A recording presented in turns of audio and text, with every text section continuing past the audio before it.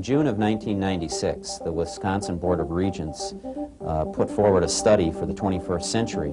It called for the creation of a student-centered learning environment that would use learning technologies to remove time and place as barriers to learning. They realized that if they did that, they could also use the technology to extend Wisconsin education to the world. So they went on to call for the UW institutions to become more entrepreneurial and to create new organizations either inside or outside of the university in order to achieve their vision. As a result of the Board of Regents study, Learning Innovations was created by the Board of Regents in October of 1997.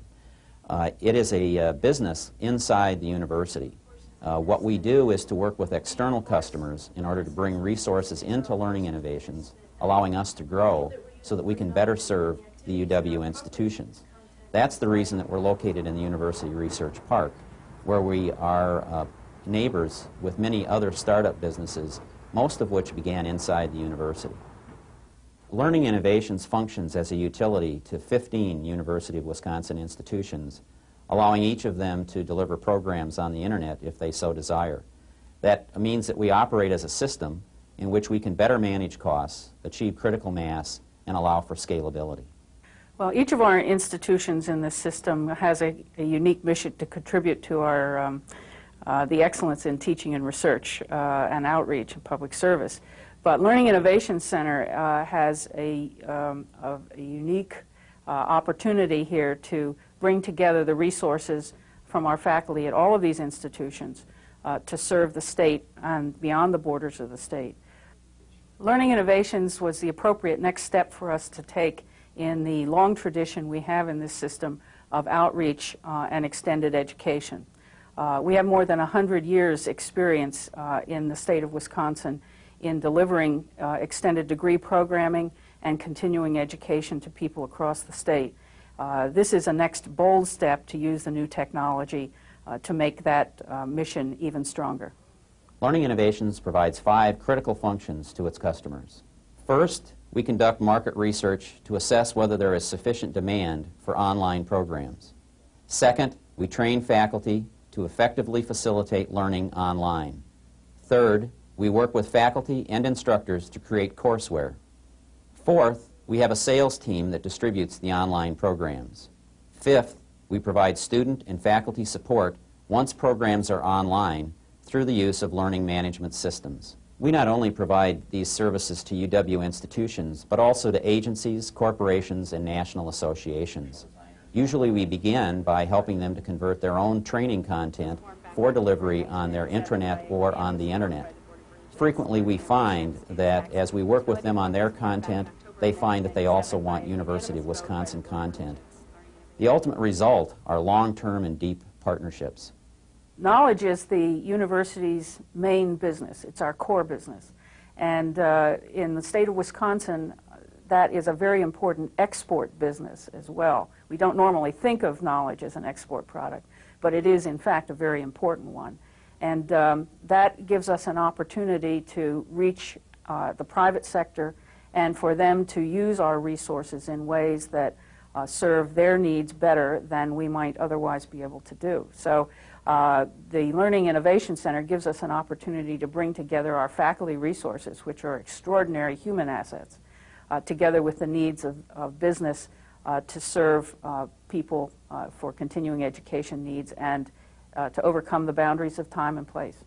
The one thing I can say with certainty about Learning Innovations is that we're going to have to be agile, ready to make changes and to do that almost continuously. We know that, that there are many opportunities coming downstream. One of those may be digital television. That may dramatically change the way that we function, and we have a partnership with Wisconsin Public Television to try to explore that future. Regardless of what the future may bring, we are prepared to change. We're going to remain agile to address that change, and we hope that we can drive change in advantageous directions for others as well.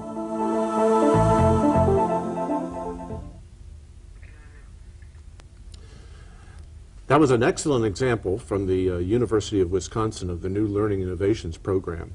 I'd like to change gears a bit now and to focus on a corporate example, because some of the most interesting examples of perpetual work and learning environments are not happening first in academic settings, but in knowledge age organizations where these types of environments are critical to solving the learning needs and the work needs of employees, stakeholders, suppliers, and other individuals. For this purpose, we've gone to our friends at PeopleSoft and asked them to provide for us a description of the perpetual work and learning infrastructure that they have created, or how it's used in meeting work and learning needs. A typical infrastructure, as reflected in the one that they've developed, is built around the ICT infrastructure of the organization, information and communications technology. It involves, of course, worldwide email, Lotus Notes, and database capabilities so that individuals at their desktops, wherever they may be, or in any work or learning place, can access marketing, technical, and learning databases. It also provides knowledge management tools to enable groups of people to work together to manage problems and to address problems and to leverage the knowledge that's in the organization. It also deploys learningware and learning management systems that enable individuals to engage in formal learning, both technical and learning that goes beyond the technical to include broader subjects. Finally, relationship management tools enable the individual in the PeopleSoft work and learning infrastructure to engage with other employees, with suppliers, with customers, with other stakeholders. It's this combination of things that constitute the work and learning infrastructure of the future that really will make learning a line function in many organizations. So without further ado, let's look at a film clip that's been provided by PeopleSoft looking at this interesting application at the desktop, at the road top, wherever an employee is working.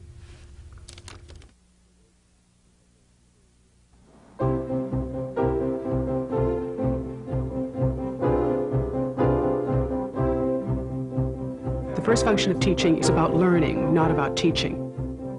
The student is at the center. You know, they're the master of their own learning. The best teaching is learner-led. Rita Smith was the first person to be named Teacher of the Year. This award was established by Time Magazine and the National Council for Social Studies in 1984. In 1998, PeopleSoft, a software company in California, hired Rita Smith, not to write software, but to teach them how to teach. Employee education, adult education, at places like PeopleSoft is growing 10,000% faster than traditional university education. I mean, that's staggering. That's absolutely staggering. They know that their very future depends upon education. PeopleSoft wanted to build learning right into the workplace, and they knew that learning is most valuable when it's delivered at exactly the moment the learner needs the knowledge.